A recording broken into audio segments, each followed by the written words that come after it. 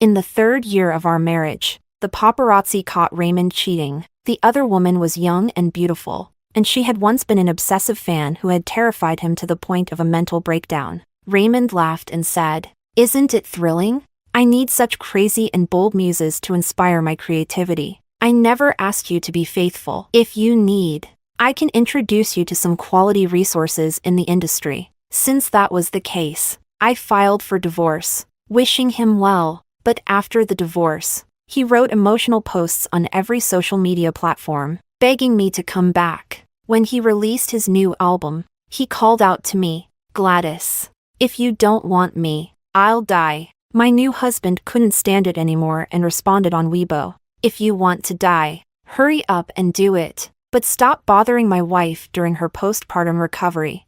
When I received evidence of Raymond's cheating, I suddenly felt a sense of relief. The paparazzi urged me to transfer money to buy out the news. I cursed, "Get lost." Then I messaged Raymond, asking him to come home. He ignored me. On the way to his studio, I got a call from his manager. "Miss Sue, can you stop pestering Ray? You've been making excuses to bother him repeatedly, seriously affecting his progress on his new album." The woman's cold voice couldn't hide her disdain. It was as if she was saying, "If you have nothing better to do than cling to him, just go find a job."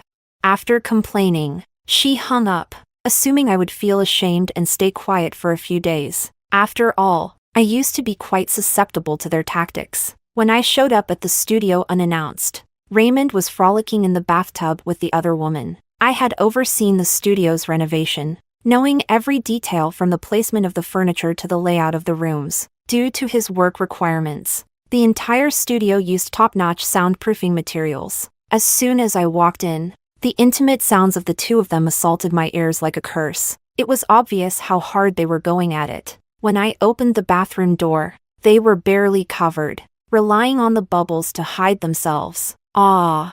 The woman screamed and hid in Raymond's arms. In her excitement, the bubbles slipped away, revealing the marks of his affection on her back. "Get out!" Raymond was much calmer than she was. The affectionate peach blossom eyes flicked up, and in the instant they met mine, the violence turned to confusion. "What are you doing here?" I gripped the doorframe tightly. "I'll give you 5 minutes. I'll be waiting on the couch outside." Raymond cleaned up and sat across from me. Wrapped in a towel, he preemptively said, "Baby, your presence here really disappoints me. Go home immediately, and I can pretend none of this happened." His tone of grievance and complaint made me somewhat dazed. I even doubted myself for a second. Perhaps the one caught red-handed cheating outside was actually me? After coming to my senses, I gritted my teeth. "Raymond, is the material for your bulletproof vest taken from the thickness of your face?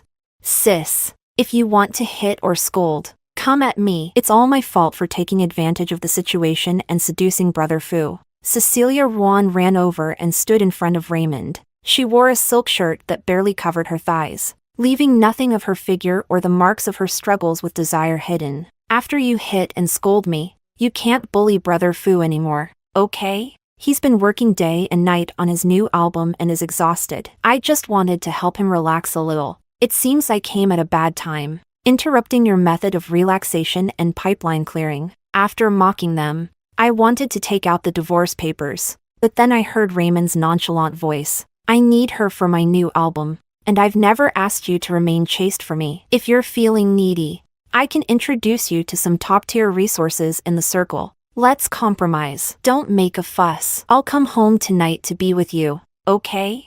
His practiced tone, like a seasoned gigolo, once again triggered my blood pressure. Suppressing my anger, I growled, "You must be insane. Have you forgotten how she made you hide abroad, cowering like a lapdog a few years ago?" Cecilia's face turned pale instantly. "That was when I was young and ignorant. I've changed. Brother Ray has forgiven me, so why can't you let it go?" After shouting at me, she quickly turned to look at Raymond's expression. Nervously grabbing his hand, the man wrapped his large hand around her, pulling her into his embrace. A deep smile appeared on his face, which had driven countless people crazy. "Isn't it exciting? She's my muse now. I can't live without her. I kept my interactions with her a secret from you because I knew you couldn't handle it. But you've disappointed my good intentions, with Raymond backing her up. Cecilia also raised a triumphant smile. She looked at me with a provocative and smug gaze. I smiled and stared at Raymond's calm face. Saying I wasn't disappointed would be a lie. He could forget. But I couldn't. 7 years ago, Raymond entered the public eye with a simple singing video. His unique voice and outstanding appearance gave him a smooth path in the music industry after gaining popularity. He signed with major companies, released albums, and held personal concerts, while gaining countless loyal fans. A group of extreme and fanatical followers also emerged. Cecilia was the leader among them. She led efforts to find out Raymond's private schedule, followed his car, intercepted his mail and deliveries. She even climbed up several floors to sneak into his hotel room and install cameras. She hid under his bed, waiting to hug him when he fell asleep. She mixed her saliva and blood into his food and drink. After Raymond found out, he didn't dare to sleep with his eyes closed for a long time. He developed severe psychological trauma and was forced to stop all work. I accompanied him abroad for secret treatment. I paid the compensation for breaching contracts, as well as all living and medical expenses out of my own pocket. It took him half a year to come out of the abyss. Now he willingly jumps back in, seeking so-called excitement. Raymond, let's get a divorce. From now on, you won't have to live this humiliating life anymore. You are not calm right now, and I won't take such angry words seriously. Go home and wait for me. Raymond scolded coldly, hugging Cecilia as he slammed the door and left. I stared at the door for a long time, so long that my phone kept ringing before I looked down. Big teardrops fell on the back of my hand, burning me as I wiped them away on my clothes with force. I stopped this self-destructive behavior only when I rubbed my skin raw. Raymond and Cecilia were photographed by paparazzi as soon as they stepped out. The studio's mailbox, which I managed, was flooded with blackmail messages. I ignored them all. The paparazzi then sent the photos to Raymond's rivals. There were so many who disliked him. Both people and ghosts alike wanted to take a shot at him. The news of his cheating went straight to the top of the trending list. My inbox was flooded with private messages from Raymond's fans. Amid countless insults and curses, I picked a few familiar loyal fans to reply to. Fan message: what is the studio doing? How can you not clarify all this filth being thrown at my brother? Stupid studio. A bunch of useless trash. My reply: how can you clarify when it's true? Fan message: everyone knows my brother is a pure love warrior. He wasn't even angry when Gladys forced him to marry. Now these accounts are spreading rumors about him playing around. Where is your studio? My reply: it's true. No need for rumors. Fan message: a bunch of dirty words. My reply: your curses bounce back to you. When Raymond's career was just starting, his fans didn't harbor such malice towards me. Until, at his birthday party, a fan asked when we would get married. He paused for a moment, then gave a bitter smile and said soon. The complex expression and subtle answer left them with endless room for imagination. Many rumors emerged, saying I was forcing him to marry me out of gratitude, preventing Raymond from interacting with other women, and causing him to miss many opportunities. Young fans with limited ability to distinguish right from wrong believed these rumors. All the fans felt sorry for Raymond and were more willing to spend money on him, vote for him, and support him more strongly. Rumors spread, and truth or falsity no longer seemed to matter. Raymond once considered clarifying, but his manager said, a little fan abuse can strengthen fan loyalty. Isn't Miss Sue deeply devoted to you? Enduring some online curses won't hurt. He hesitated, struggled, and finally shook his head at me with difficulty, acquiescing to the studio's deliberate marketing. In the end, he successfully deceived himself, unable to distinguish reality from lies.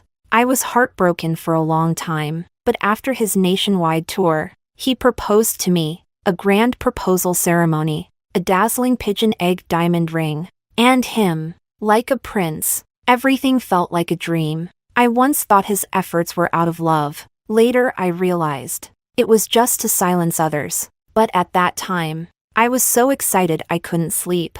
I boasted to my unsupportive elders at home, telling skeptical friends that I had found true love. But late at night, I heard him complaining in a voice message to someone, "Do I dare not marry her? She's the little princess of a powerful family in Beijing. Her family would tear me apart. My image as a devoted husband would collapse. And how many fans would I lose?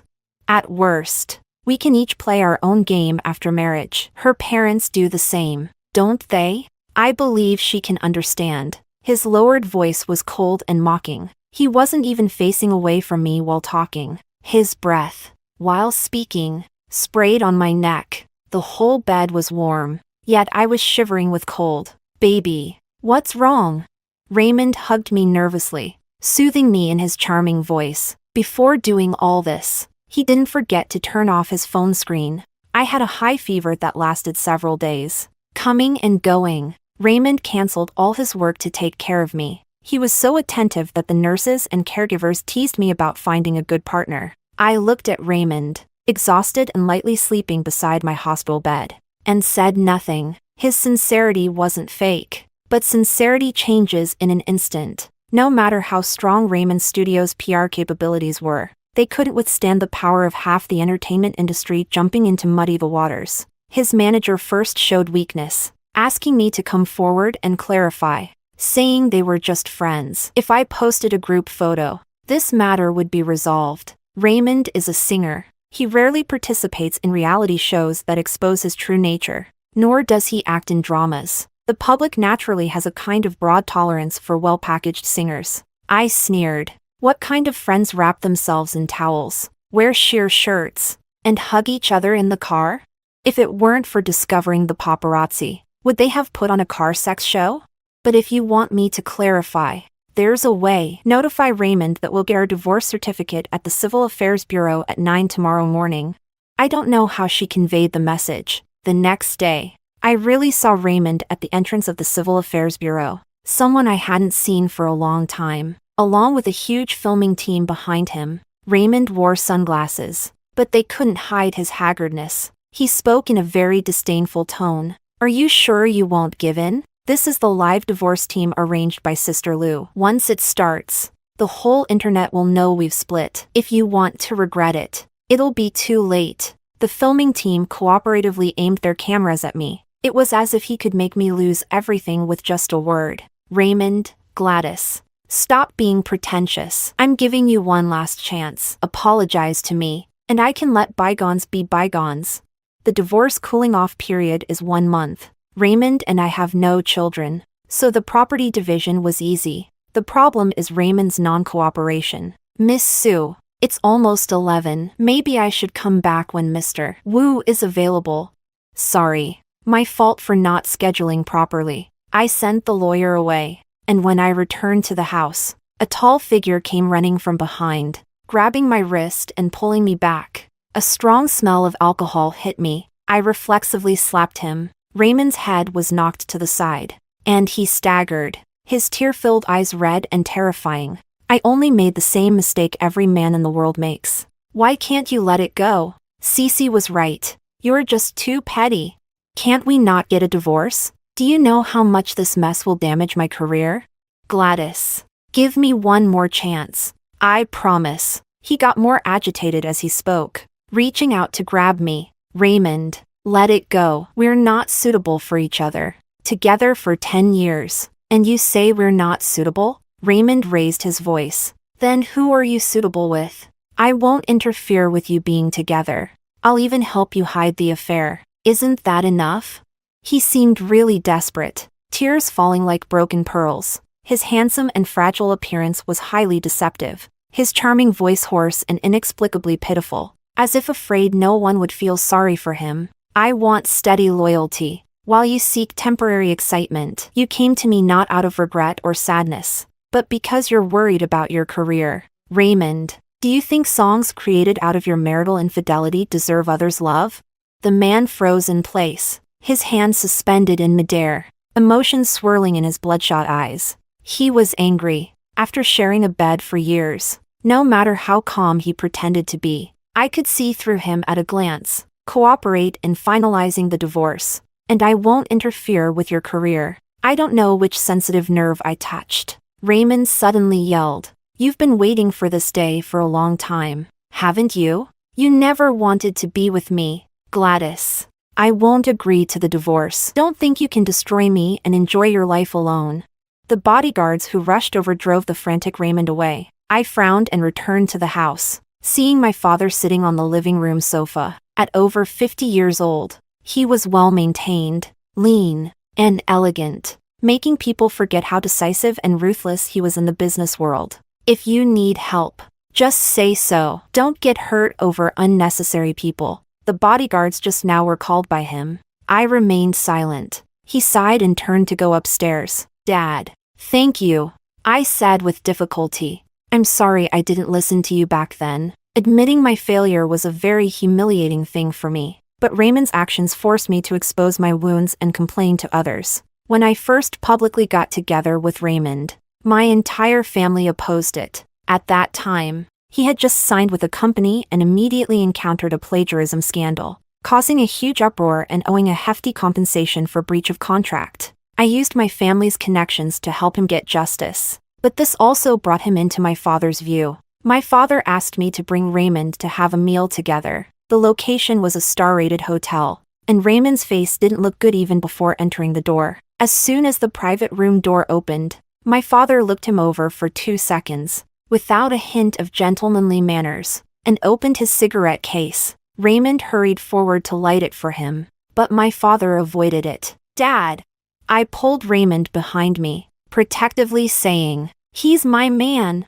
My father puffed out smoke. It's fine to play around, but marriage is out of the question. They say the young are impetuous. I directly flipped the table, grabbed Raymond, and walked out, leaving bold words that no one could tear us apart. Raymond shook off my hand halfway. Gladys, don't fall out with your family for me. It's not worth it. He hung his head, the hand with the bandage resting on his stomach, sounding as dejected as a stray dog. I said, Raymond, have some confidence. You're worth all the good. I won't give up on you, no matter how hard this road is. I'll stick with you. But the premise was that he had to be as determined as I was. As the heat continued to rise, Cecilia's information was dug up. She couldn't wait to make a high-profile move. On the day Raymond and I went to the Civil Affairs Bureau, she forwarded a luxury car and house giveaway on Weibo. She was active under various marketing accounts, eager to let everyone know she had succeeded as the other woman.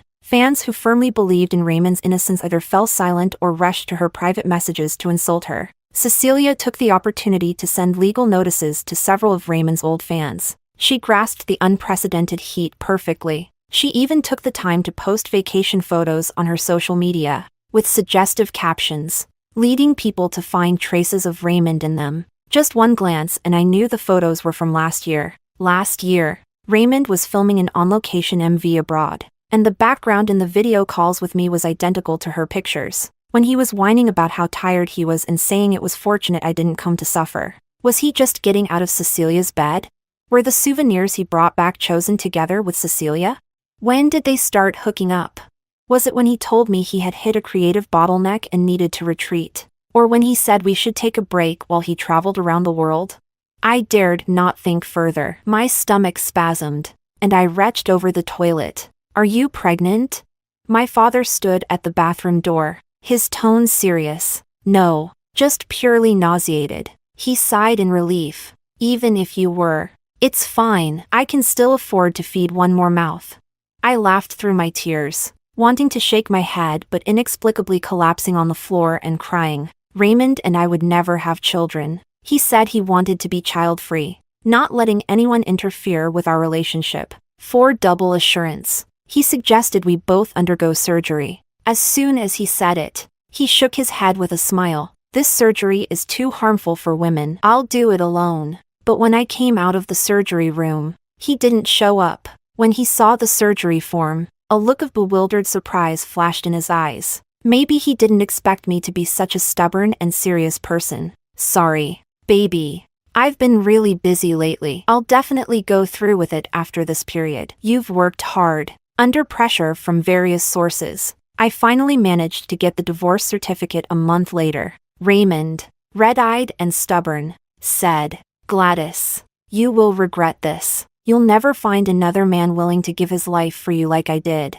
I sneered. None of your business. After blocking all of Raymond's contact details, he switched to several different numbers to harass me. Eventually, things quieted down a lot. I heard Cecilia was pregnant. He didn't care about the immense pressure on his studio. He directly announced his relationship with Cecilia on his personal account, along with a glaringly obvious pregnancy test. The comments were filled with countless aggressive remarks. Raymond seemed to have completely lost it, personally responding to and arguing with fans who insulted Cecilia. His blatant partiality completely ignited the fans' anger, and they began to boycott him collectively. Meanwhile, I set out to fulfill the dreams I had previously neglected, traveling across the country with my camera. I took abundant photos of landscapes and portraits, and even reopened an account I hadn't touched in a long time to share my photography work. The account didn't have much traffic initially, and it took a long time for posts to start getting noticed.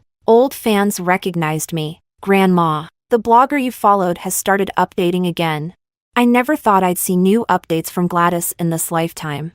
I remember Gladys was Raymond's diehard fan, right? She got famous photographing Raymond. So what do you think now that your idol has fallen? Upstairs. Your memory is mixed up. Gladys was photographing first, and then people got to know Raymond. Doesn't everyone know Raymond rose to fame by feeding off our Gladys?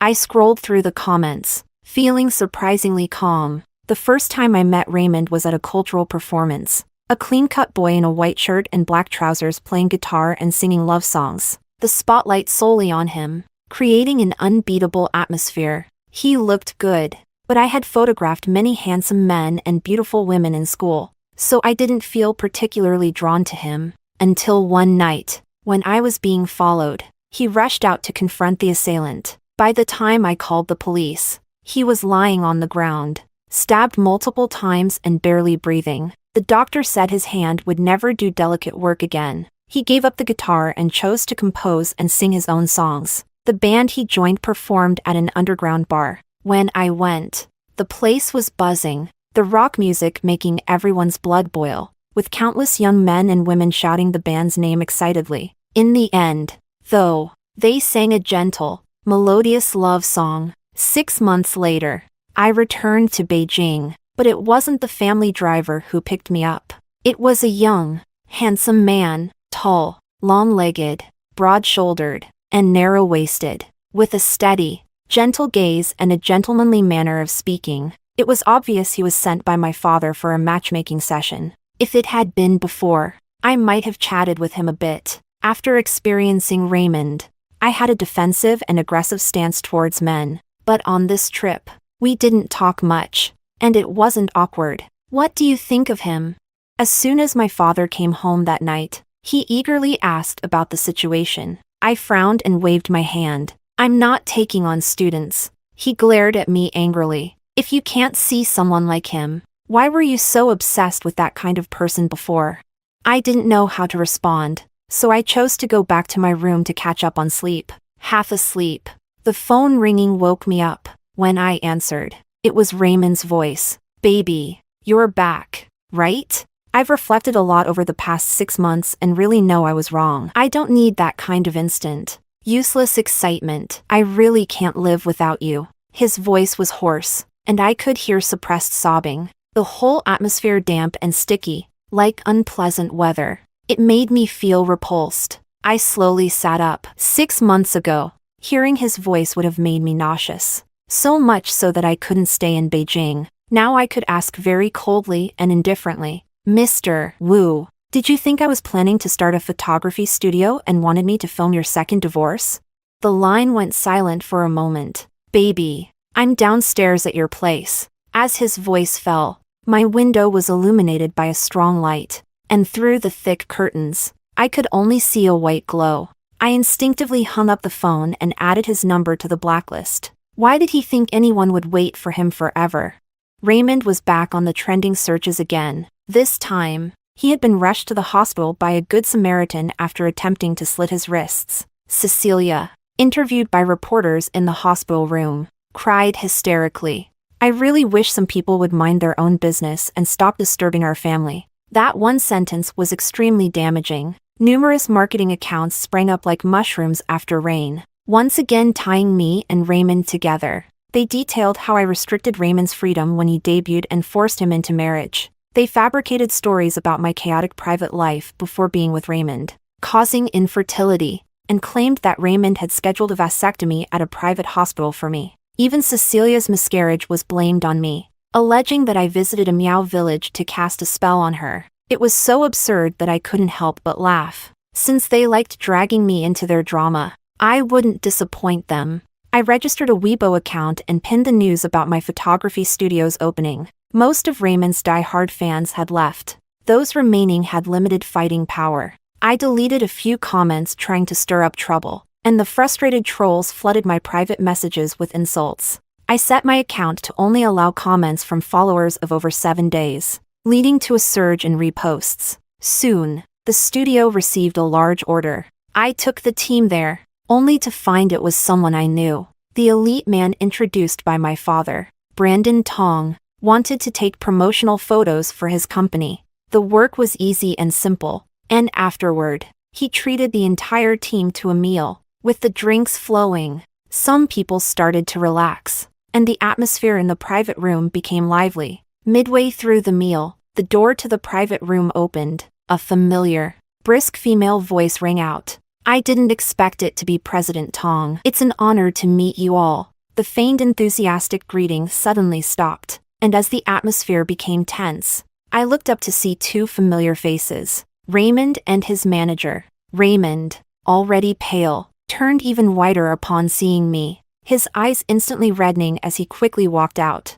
gripping a wine glass. His manager wanted to chase after him but hesitated. Turning around, she faced Brandon's amused yet disdainful expression and apologized submissively. She signaled several times with her eyes for me to speak up, but I ignored her. My intentions about endorsements should have been conveyed by my team. Our company will not employ artists with a tarnished reputation. Please respect our decision. Brandon's words left the manager with no choice but to back down, despite her thick skin. As the meal was ending, I excused myself to the restroom, taking a detour to the front desk to settle the bill. There, I saw Raymond and Cecilia arguing not far away, standing too close. I turned slightly to avoid direct confrontation as I made my way to the front desk, but their conversations seemed to grow wings, drilling into my ears. Are you stupid? You said you were coming out to discuss business, but it was just to meet that whore?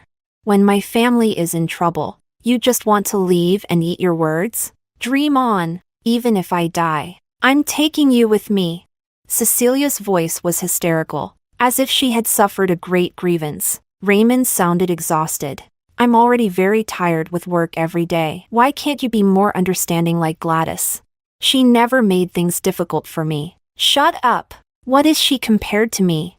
The 2 started fighting in the lobby, and even several bodyguards couldn't stop them. I kept my back to the lobby, intending to leave when I saw Brandon approaching. A look of surprise crossed his eyes. I said I would treat. So why are you? Gladys, did you come out specifically to see me?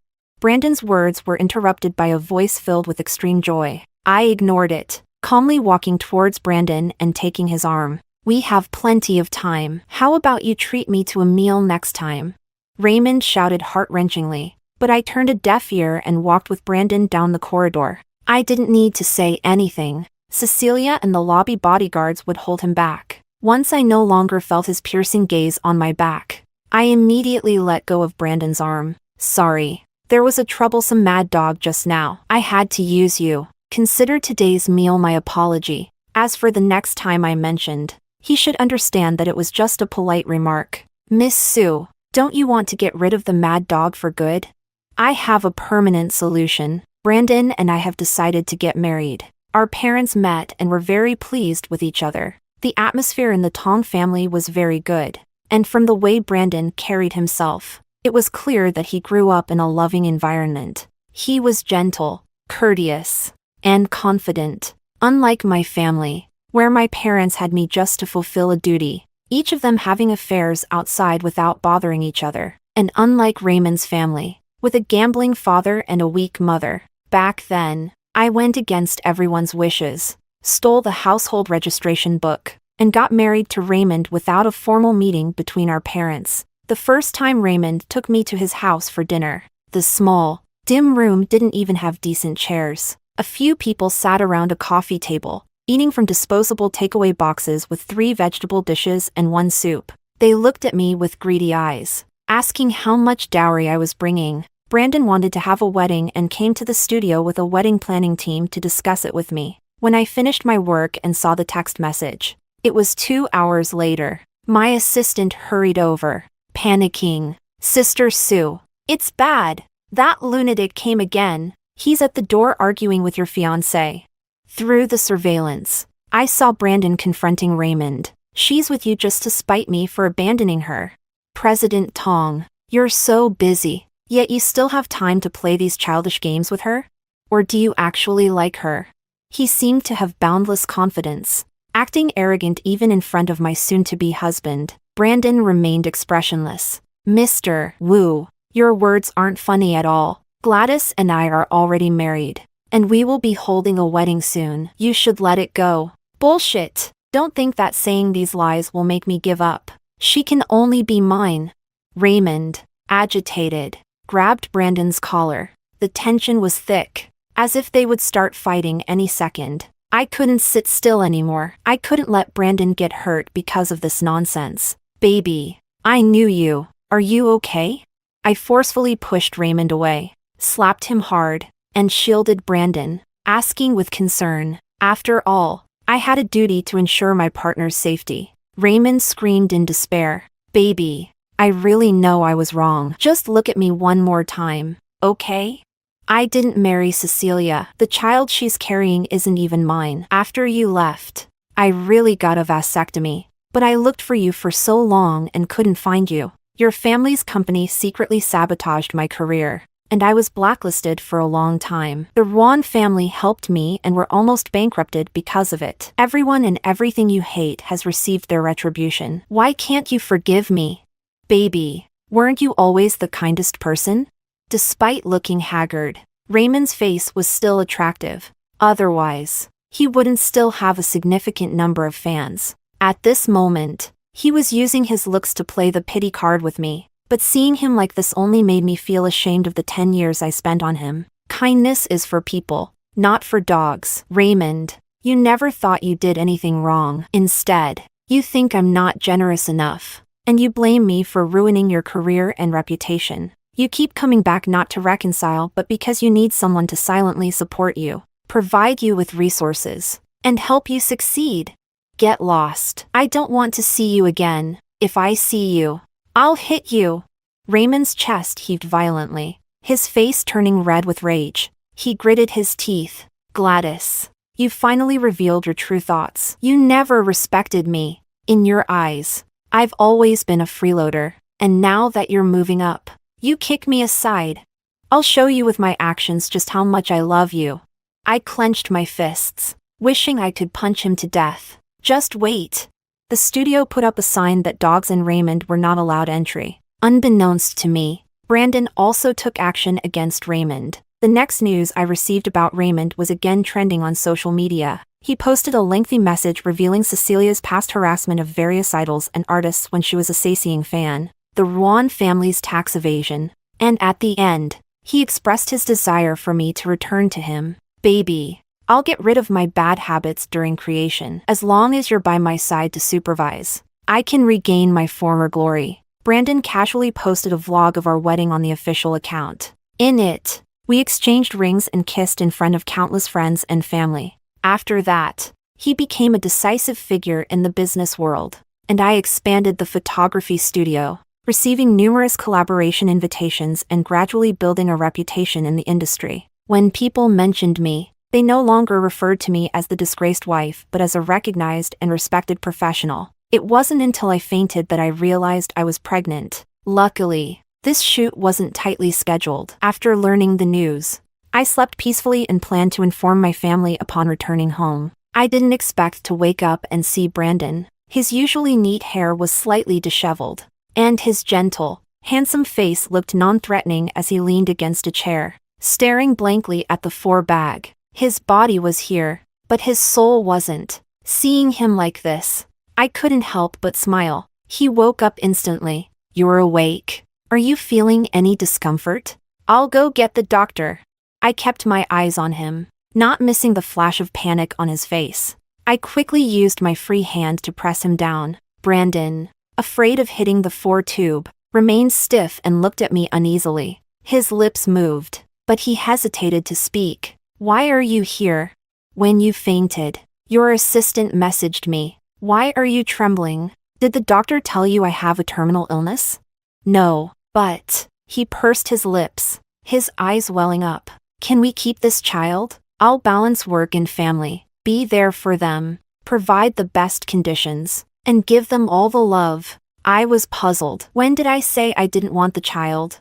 Seeing him like this was rare. I secretly turned on my phone's recording function. After crying, Brandon was very aggrieved, saying he knew about my past vasectomy, thinking I didn't like children, so he was very careful. Upon hearing the pregnancy news from the doctor, he was both happy and worried. I didn't tell him about the fainting incident or the pregnancy after waking up. He thought I planned to secretly abort the child. This seemingly smart fool. Upon hearing the good news, my mother-in-law quickly booked a postpartum care center and a maternity nurse. For the first 3 months, I stayed home to rest as the pregnancy was unstable. Suddenly, my assistant called. Sister, check the trending searches. That mad dog Fu is using you for clout again.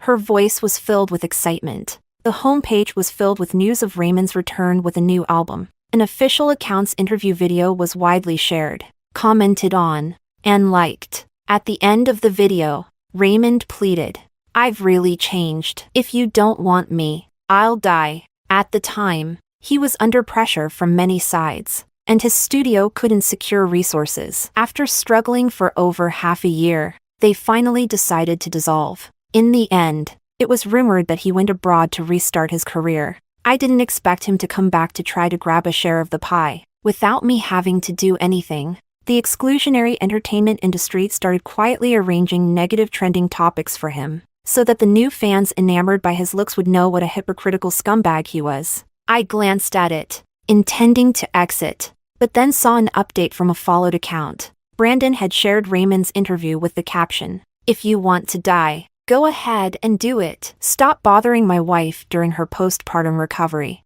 Side story, Raymond. Retracing my steps to debut, I realized how much Gladys had helped me back then. Rejection and suppression flooded me like a tide. There were so many talented and good singers.